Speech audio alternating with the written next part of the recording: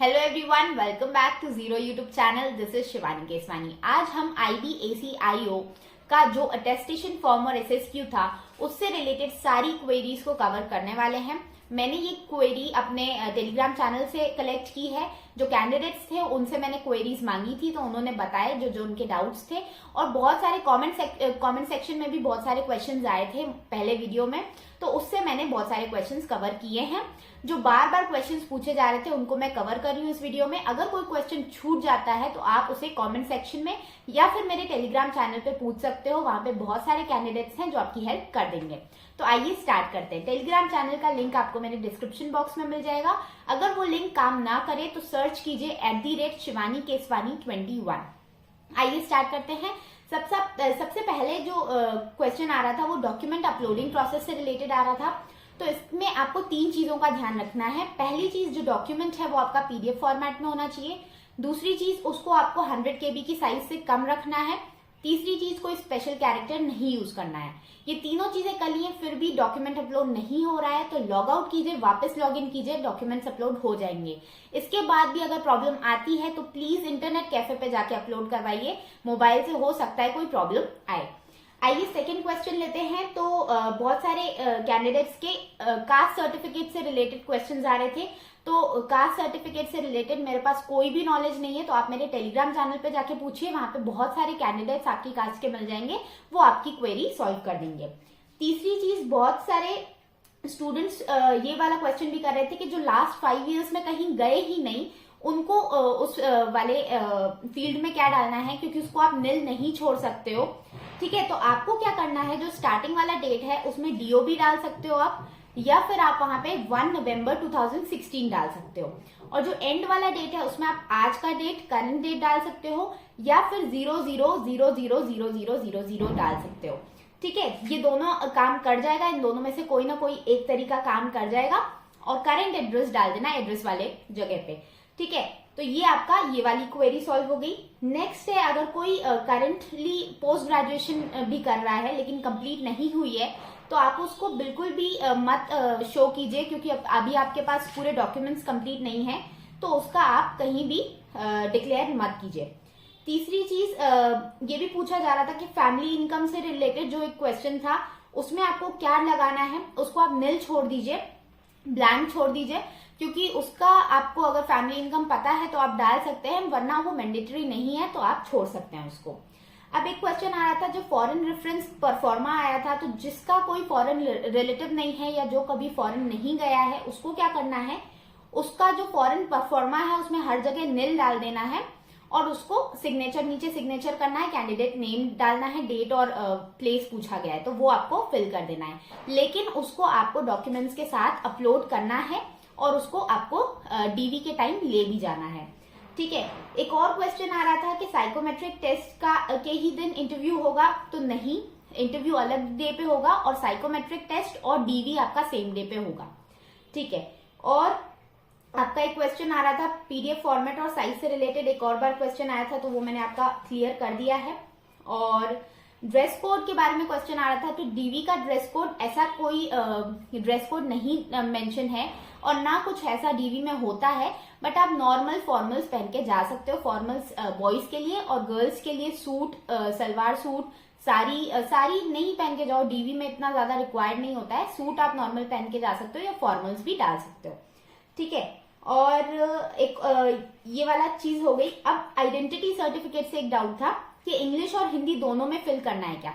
आप किसी एक में फिल कर लो, वहां पे DV के टाइम पे अगर आपको वहां बोला जाता है कि दोनों में फिल करना है तो आप हाथों हाथ फिल कर सकते हो, लेकिन अगर वहां पे मना करते हैं तो आपके पास फिर फिल नहीं रहेगा तो सही रहेगा, अदरवाइज आपको शायद दूसरा बनाना पड़े। तो इससे बेटर यही रहेगा कि आप एक में फिल कर दो। ठीक है, और डॉक्यूमेंट्स को सेल्फ अटेस्ट नहीं करना है, ऐसा कहीं मेंशन नहीं है। ठीक है, और ये भी था कि जो आपका कास्ट सर्टिफिकेट है वो किस फॉर्मेट में होना चाहिए, तो वो सेंटर फॉर्मेट ज्यादा अच्छा रहेगा। ठीक है, और चीजें थी कि हाँ, आपने स्कूल का एंट्री डेट क्या डालना है, एग्जिट डेट क्या डालना है। तो एंट्री डेट तो आप थोड़ा सा अंदाजा लगा के 1 अप्रैल और अपना ईयर डाल देना काउंट करके, और एग्जिट डेट आप डाल सकते हो जो आपकी मार्कशीट पे प्रिंटेड है, या फिर अगर आपके पास जो फॉर्म आता है। जो आपका एडमिट कार्ड था 12th क्लास का, उसमें जो लास्ट एग्जाम था उसकी डेट भी आप उसमें डाल सकते हो, डेट ऑफ लीविंग में। और एक और क्वेश्चन था, have you been with other person above 18, तो उसका इतना अच्छा इंटरप्रिटेशन नहीं मिल रहा है, तो आप उसको लीव छोड़ दो, मैंडेटरी नहीं है वो, ठीक है। और नेक्स्ट कर दें तो ये वाला क्वेश्चन भी मैंने ले लिया है। हाँ, एक और क्वेश्चन था, अगर आपके पास कंसोलिडेटेड मार्कशीट है, मतलब आपकी लास्ट सेमेस्टर की मार्कशीट में सारे सेमेस्टर के स्कोर्स हैं, तो उसी मार्कशीट को डालना इनफ रहेगा, सारी मार्कशीट को आपको नहीं अपलोड करना है। दूसरी चीज, अगर आपकी लास्ट सेमेस्टर की मार्कशीट में सारे स्कोर्स नहीं है तो आप उसको ब्लैंक छोड़ दो, क्योंकि बहुत सारी मार्कशीट्स आप अगर सारी मार्कशीट्स को साथ में डालोगे तो 100 KB से कम की साइज आप नहीं बना पाओगे, इसलिए आप उसको ब्लैंक छोड़ देना और डॉक्यूमेंट्स तो आप डीवी के टाइम पे साथ में ले ही जाओगे, ठीक है। नेक्स्ट आपका था 10th स्टैंडर्ड के सर्टिफिकेट के हिसाब से आपको एज कैलकुलेट करनी थी, एज एट मैट्रिकुलेशन जो कॉलम था, तो उसमें आपको एज कैलकुलेट करके डालनी है। मतलब जब आप 10th क्लास में थे तो तब से आप कितने ईयर्स के थे, कितने मंथ के थे, तो वो आपको कैलकुलेट करके डालना है, ठीक है। एक और क्वेश्चन आ रहा था कि जो डीवी और साइकोमेट्रिक टेस्ट निकाल लेगा उसको इंटरव्यू देने मिलेगा या सबको देने मिलेगा, तो ये क्वेश्चन है, सबको देने मिलेगा इंटरव्यू। डीवी और साइकोमेट्रिक का कोई रिजल्ट नहीं आएगा उससे पहले, और सबको इंटरव्यू देने मिलेगा। और बहुत सारे स्टूडेंट्स का फोटो और सिग्नेचर अपीयर नहीं हो रहा था अटेस्टेशन फॉर्म पे, तो मेरे फॉर्म पे तो अपीयर हो रहा है, आई डोंट नो कि ये क्यों नहीं अपीयर हो रहा है, तो आप चेक कीजिए, साइबर कैफे से जाके वहीं पे उनसे पूछ लीजिएगा, या फिर आप मेरे टेलीग्राम चैनल पे पूछ लीजिए, शायद किसी कैंडिडेट को इसका आंसर मिल गया हो। एक क्वेश्चन ये भी आ रहा था कि जिन फील्ड्स में हमें कुछ भी नहीं डालना है तो उनको ब्लैंक छोड़ दें, निल लिख दें या NA लिख दें, तो आप पहले उससे ब्लैंक छोड़ दीजिए। अगर वो एक्सेप्ट नहीं कर रहा है, रेड दिखा रहा है, तो फिर आप उस पर निल लिख सकते हैं। अब एक और क्वेश्चन आया था कि vice principle of the government school से अटेस्ट करा सकते हैं क्या, तो आई डोंट थिंक कि वाइस प्रिंसिपल से करा पाएंगे, तो आप प्रिंसिपल करवाइएगा, प्रिंसिपल से करवाइए या फिर अपने HOD से कराइए कॉलेज के, या जो भी उसमें नेम्स आपके आइडेंटिटी सर्टिफिकेट में लिखे हुए हैं उनसे कराइए। नेक्स्ट आपका ये क्वेश्चन आ रहे थे, एक और क्वेश्चन आ रहा था कि व्हीकल नंबर, मोबाइल नंबर ये आपको डालने हैं, तो ये एकदम मैंडेटरी नहीं है, आप डालना चाहें तो आप डाल सकते हैं, अदरवाइज आप उसको छोड़ सकते हैं, ठीक है। नेक्स्ट आपका और भी क्वेश्चंस आए थे। एक दूसरा क्वेश्चन, सबसे ज्यादा जो क्वेश्चन पूछा जा रहा था कि लास्ट डेट कब है फॉर्म फिल करने की, तो इसका आंसर है कि लास्ट डेट का कोई मेंशन नहीं है। अभी आपके पास जितनी इन्फॉर्मेशन, जितने डॉक्यूमेंट्स हैं उसको अपलोड कर दो, सेव कर दो, बाद में जाके एडिट हो जाएगा, तो आप उसका टेंशन मत लो। जब भी आपके पास बाकी के डॉक्यूमेंट्स अवेलेबल हो जाए तो एडिट कर लेना, उसमें कोई भी दिक्कत नहीं है। और जो रिलेटिव्स वाली लिस्ट है वो भी मेरे टेलीग्राम चैनल पे आपको मिल जाएगी कि कौन कौन से रिलेटिव्स को आपको काउंट करना है।